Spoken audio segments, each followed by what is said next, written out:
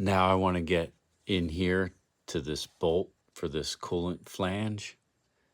So I want to remove this. And I tried pinching here and it didn't want to come loose. So there's two T25 bolts here I'm going to loosen. And then that comes out of the way. And apparently this is the N249 valve. So I'm going to look into replacing that. But it doesn't look that old. So I'll have to evaluate that situation.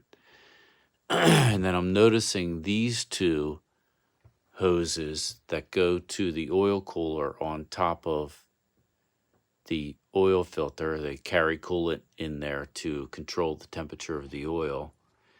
These two need to be replaced, so I'm going to get those on order.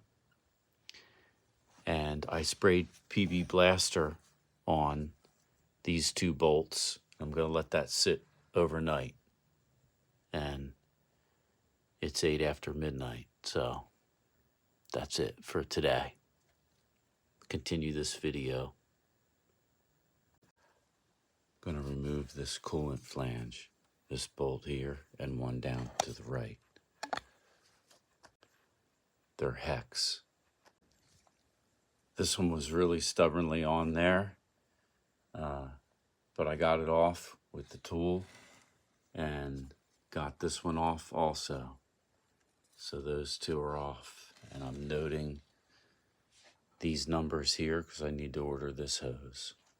This tool works really well in this kit. And now these Siamese hoses, one was there,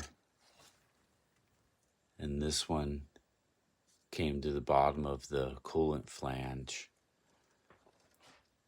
They both go to the oil cooler, and I'm going to remove those.